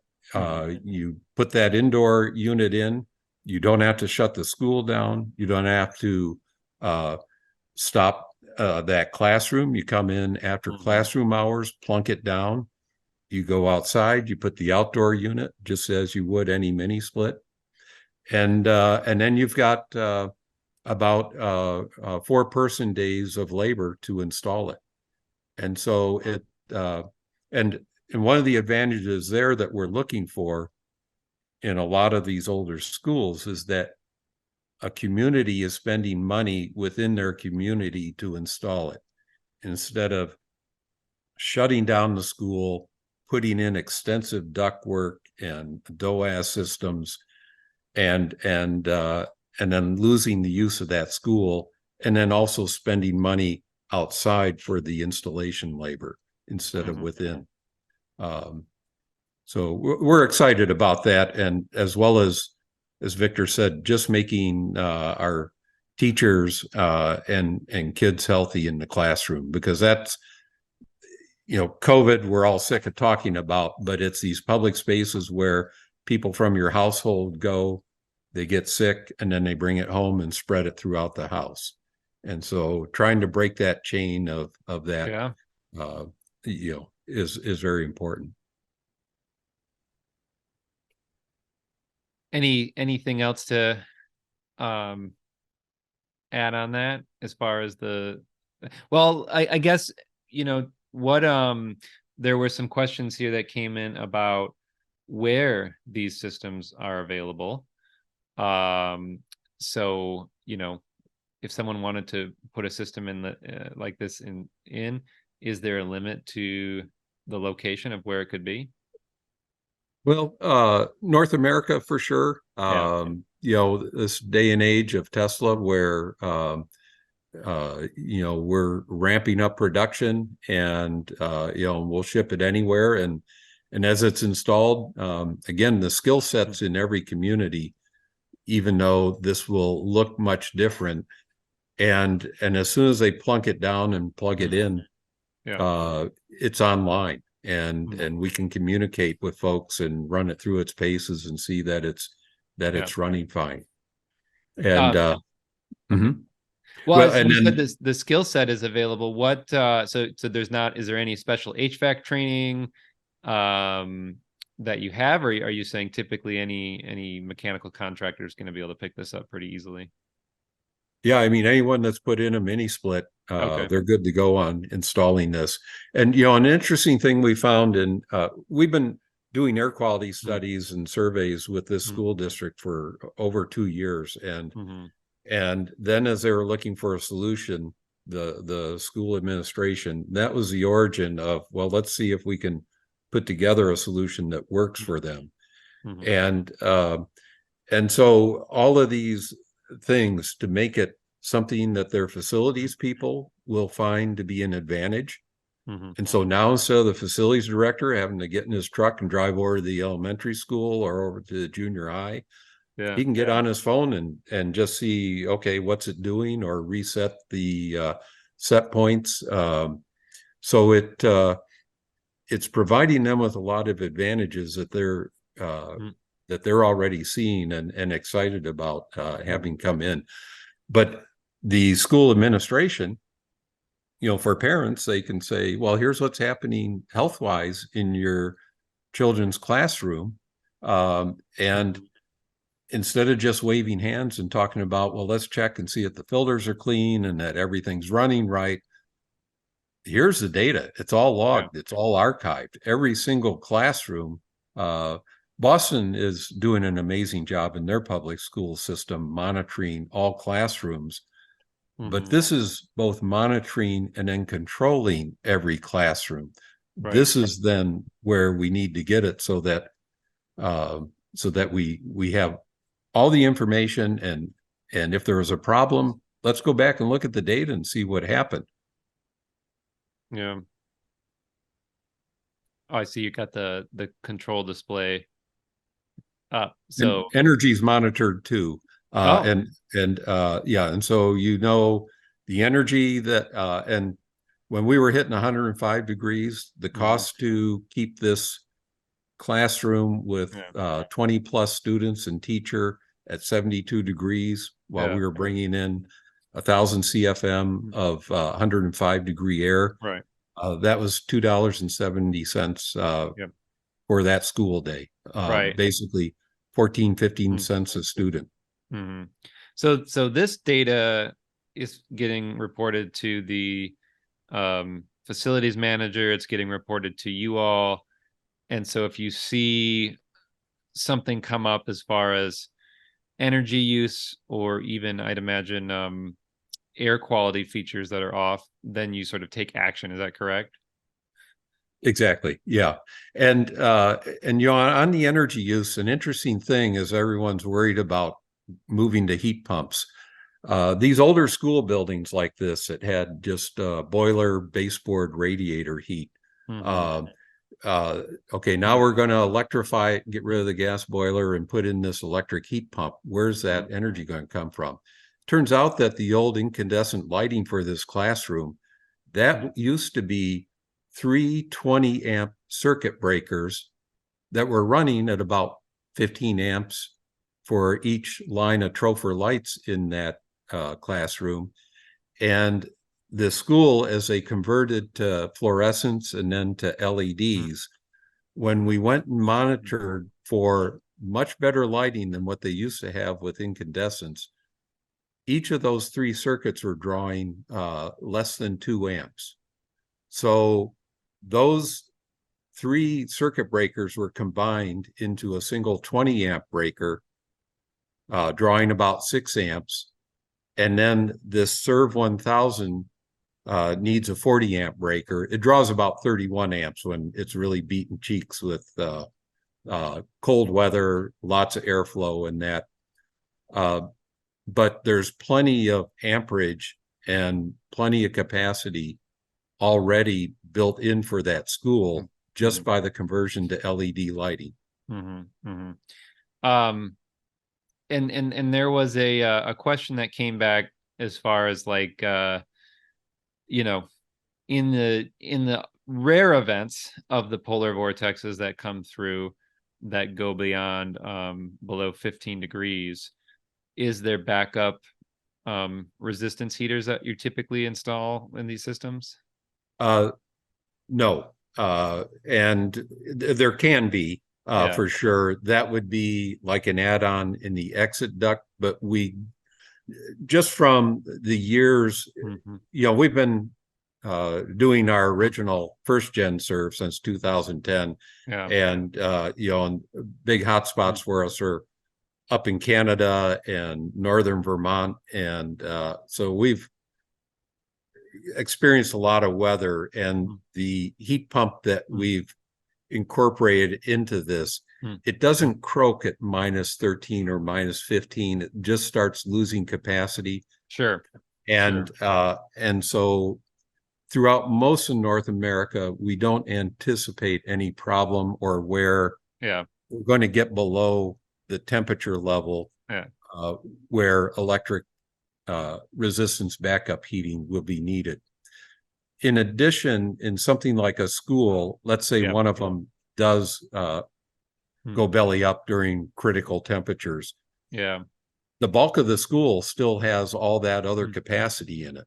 So, we're going to be bringing in 12,000 CFM of fresh air into this school for these 12 classrooms. And if one of them isn't working, we've got a lot more fresh air that, can be spread until that system is back online.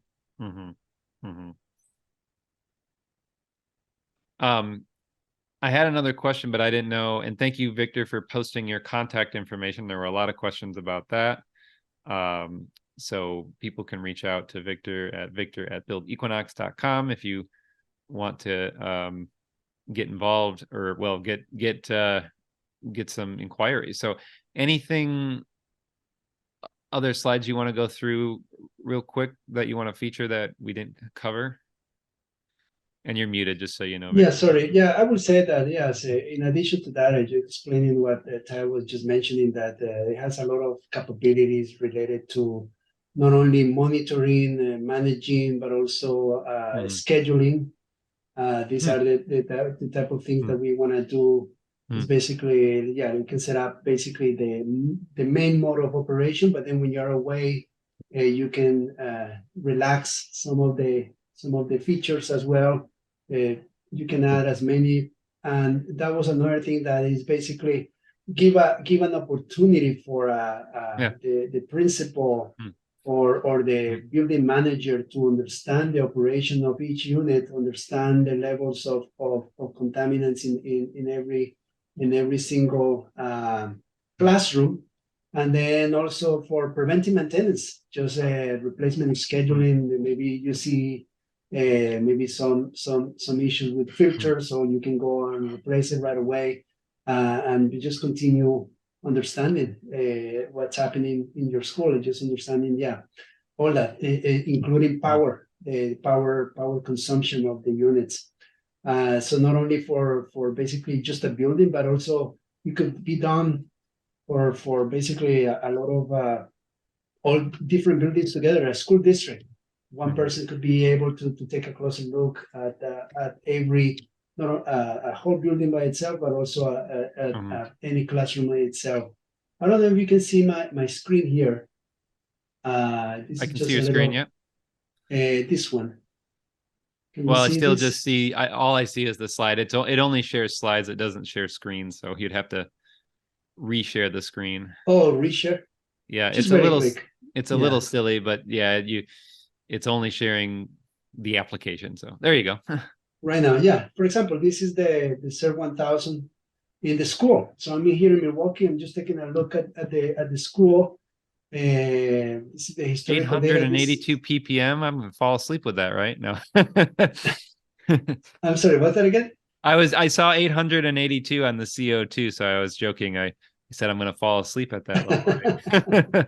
Yeah, but for example, this is just real data of the school right away. Right. Just I'm in Milwaukee. This is the school in Illinois. You can take a look at particulate matter outside and inside. So you see kind of like the effect of that. You can look at the last week, for example. I can just take a closer look at the week. What is the type of behavior that, or type of indoor air that the kids are there. Let me see in this particular. So you're starting to see what's happening in there. So I'm going to clean up some of the data here. But yeah, in general, we're trying to be in the thousands below or even below. You see the time of operation, and then it has more capabilities on that. And I can add as many CERT 1000 units here, just to get a closer look of that. I can, then I can schedule. I can create. Oh, so you can here. To what you just said, you could, if you had multiple rooms, you could add it as a holistic view. Exactly. Of the facility. Yeah. Exactly. Okay. Yes. So in general, I mean, I'm not saying it because I'm from Bill Equinox, but what was that? I'm not saying it because I work at Bill Equinox, but it's excellent product. It's we have seen it working, great performance, and basically meeting, or say, achieving the vision of TIE, that it's basically healthy indoor air quality. Yeah. Indoors. Now, of course, the question is going to be, what is this going to cost, right? And before you answer that, I'm curious, where the Inflation Reduction Act comes in. I'm only really familiar with housing under the IRA. I'm not very familiar with commercial, other than the geothermal tax credit, the solar tax credit. I do know the ASHRAE 179D standard, of course, works for commercial buildings. So I'd assume if you have a school who wants to cut their energy use, and they can get paid, I think it's up to like $5 per square foot or something. And so, but maybe that leads to another question. And I think we've talked about this before, but has ASHRAE fixed itself? Because as you've said, right now you have the standard, I believe it was your words, Victor, you said the ASHRAE standard 62.1, 62.2 is designed for odor removal, right? And so obviously the ASHRAE standard is designed in a sense that if you're modeling a building, it's expecting these certain rates, and it's not, is it smart enough to know when you have demand control and model appropriately, and therefore get to my point here. Are people effectively being given the correct Inflation Reduction Act funds through 179D to pay for your unit, because it's going to say your unit is 1,000 CFM, therefore you're going to get this huge energy penalty, right? Because it's saying it's running all the time. So the question is there a way to model your systems appropriately in 90.1? Therefore, you can take advantage of IRA funds. What other IRA funds are there? And how much is this going to cost me? So can you walk with me through that a little bit in any way? I would say that basically we're putting a lot of effort on just understanding that in more detail. Ty, you might comment on all the analysis that you have done related to the carbonization of the specific school and all the tax incentives that they might come there. But in general, I would say that yes, I would say that we're advocating, but there are usually some codes that we need to meet, and especially depending on where you are as well, because here in Wisconsin, for example, the codes are pretty old, and just understanding that it's a little bit of a work in progress, I would say. So in general, I would say that yeah, we're working on it, and probably we could share that knowledge in another webinar when we have that information. Yeah, I'm really excited to talk to you all about energy modeling serve units and ASHRAE and meeting the ASHRAE 62, which we've always, I think, hinted at, but when you have more information, it would be really, I think, a great conversation. So, do you have anything? Yeah, Brett, you're exactly right that things aren't aligned properly in the Affordable Care Act for emphasizing healthy indoor environments, even though everybody talks about it. Yeah. This new ASHRAE 241 standard designed to reduce disease transmission is a significant step toward healthy indoor air. Yeah. Supposedly it's only enacted when needed. Right. But the need is continuous. It should be enacted all the time. When is there not, some contagion in the air in any indoor environment? Right. But the forces still aren't aligned. So everything is weighted toward energy efficiency. Right. And then it's a check mark that you've met 62.2. 241 is helping us change that, because prior to that, where we've been telling people you need to double at least ASHRAE 62.2, you need to look at the pollutants and manage those, not just meet a certain airflow. And to give you a current example, CDC and World Health Organization, you need 5 air changes per hour indoors. That's nutty. If nobody's inside, why do you need 5 air changes per hour? Air changes per hour have absolutely nothing to do with a human. Right. 241 finally puts it as a human base. Right. You'll see that all of that is CFM per person. Right. 50 CFM per person in a classroom, 40 in your house. More than double what ASHRAE 62.1 and 62.2 typically call for. And maybe that's, to be clear, 40 to 50 CFM per person at the time, because that seems to be the problem we're dealing with these standards, is they're talking about continuous or intermittent just based on a random setting. Yes. And not based on whether someone's actually occupying the building, right? Is that, I mean, at least our traditional standards. Bingo. That's exactly right. This is how you more than double ventilation, but in reality, it's actually less ventilation. If you make it human-centric, so each one of us, when we walk in a building, we deserve at least 40 cubic feet per minute of fresh air, plus some recirculation and filtration. But when I walk out of that building is smart enough to drop by that amount. And so whenever I walk in a building, there's another 40 CFM or so added. And when I walk out, it drops. And what you find is that in place of current 62.1 and 62.2, they're just ventilating regardless of if I'm even in a building. If I'm outside for an hour or two a day, I don't need any more ventilation in a building.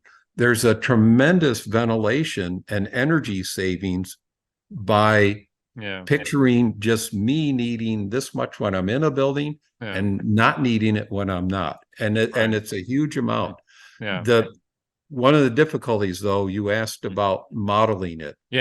And unfortunately, our standard typical building design models, manual J type things and REM rate, PHPP and that, those don't have the capability of modeling at this level. Right. When somebody's in, add ventilation, they're based on monthly average data of daily weather. And then even things like Energy Plus or more detailed models, you've got to get down to a minute to 5 minute time increments to accurately model indoor air quality, not hourly. And so, there's more sophistication on it, but we know enough now that we know the energy savings that are going to go with this type of smart ventilation, along with the health productivity. Well, and you make it, so I know homes, and I know that the homes rebates are coming through the states, and those have what we call a modeled performance. So they actually pay you based on hitting true efficiency targets. I know HUD has implemented something like that long ago on multifamily, where again, they pay you yearly if you report 25% energy saving. So I guess I'm curious if there's anything like that on the commercial sector side where it's real money, right? Like those schools, you're showing real savings. It's not modeled savings, it's real savings, which is what we need to get to, right? Like it has to be real. So I guess I'm just curious if anywhere in the massive Inflation Reduction Act that I can't even wrap my head, I just focus on homes, and even that's tough. If you've seen anything that's saying, hey, if you can save X number of carbon or energy and really show it, here's your check, So that, and that's getting sorted out. We're not, as we're working with folks, architects and engineers on commercial buildings, that, for example, if you reduce the EUI by 25 to 50% from the ASHRAE 90.1 building energy standard. And so you run a model like Energy Plus. And then if you show that you can reduce that by 25%, then the A&E firm from the federal government gets $2.50 a square foot for designing something that electrifies it and then reduces the EUI by 25%, up to a maximum of 50% or $5 a square foot. That's where the 5, So in this school, as we put in these heat pumps, the heat pump itself is a big reduction of site EUI from the gas boiler. And then the other thing that's interesting that we're hoping we can do is that it also turns out that the square footage less than the size of that classroom is all that's needed for a solar photovoltaic system to make classroom by classroom net zero. And so that further gets you down until you're at zero EUI when that solar system is providing all of that energy that classroom needed. And so our reports also on the classroom studies and that have those energy analysis in them that show what we expect to do that way. And the heat pump, going from gas to a heat pump, that's a no-brainer. Putting on solar, it's just that it seems like when you go from no ventilation to 1,000 CFM, there's a penalty showing up somewhere. That doesn't seem fair, only because of the lack of sophistication of modeling. And that's what I was kind of curious about as to how that. No, you're, as soon as you tell people we want to double fresh air ventilation, it's like, oh, geez, the energy will be. But the reality is we're talking about 2 cents per person per hour, aren't we worth an extra 2 cents per hour Yeah. to keep us healthy, to reduce sick days by 40%, Yeah. by doubling that fresh air, Yeah. by improving our productivity 10%? I mean, it pays for itself, even though there's not a meter Right. Yeah. I on that. think it's just convincing the energy model of that. People, I think, get it. It's the model. It's just going to tell you, you're wrong, right? Chat GPT, hey, can I do this? No, it's too much, right? Like, how do we make you smarter? So, well, so this gets into, again, if you're willing to share, what are these kinds of things going to cost people? Yeah. So I would say a typical classroom, say 700 to 1,000 square feet, and that this unit is in the range of about $30 a square foot. Okay. And I would say that you're talking $5 to $10 a square foot installation. Okay. And in comparison, this is from being on various building committees on campus, and usually not getting my way as I try pushing them toward more renewable energy and that. But typically in our region, about $50 to $60 per square foot is what mechanicals would cost you for heating and cooling with typical ventilation, the full package, the full mechanical BMS package system and stuff like that. So and so pretty competitive plus we see the advantage, a significant advantage of, say, a small school district spending that installation money with the skill set that already exists in that community. Not having to shut down the school is another major savings. Just clear that 6 foot by 2.5 foot floor space. School's out, run that in on a dolly, plop it down in place, and then start hooking up the line sets and the electrical, and you're done. Sure. Yeah. Well, we're way longer than I thought, but I'm excited because this is just a great conversation and I enjoyed having it. And 50% or less of our audience stuck around to keep hanging out, and so that's great. So Ty, Victor, I don't know if there's any other final thoughts you want to give. I'm going to go ahead and just put up on the screen your outro slide here. But if you just want to give any other final thoughts, or let people again remind them where they can go to contact you all and learn more. Yeah, just send a note about my contact information. But yes, go to buildequinox.com. I think with under the leadership of Ty, we do a lot of experimental research, computational analysis, indoor air quality, comfort. So we're learning all this, and now with the decarbonization road, that's where we're starting to also integrate these products as well to provide healthy and sustainable solutions. I think that's basically it. Thank you so much for all of you that stick around at the end of the hour, the 2 hours, and I appreciate it very much. Thank you. Yeah, thank you so much, Victor. Ty Newell, well, good to see you again. Thanks to Build Equinox, and really just you go out there and you give so much data and information to us in the community. So I know we all really appreciate everything that comes out of Build Equinox, and we'll definitely have you all back on, no doubt about that. We'll be seeing you again. So take care. Have a good week, everyone. Be sure to check out all of our courses available online that you can watch anytime and anywhere to pick up your CEUs. Before you go, make sure to subscribe to us on YouTube to get weekly updates and stay up to date on green building science courses, webinars, and home tours. Thanks again.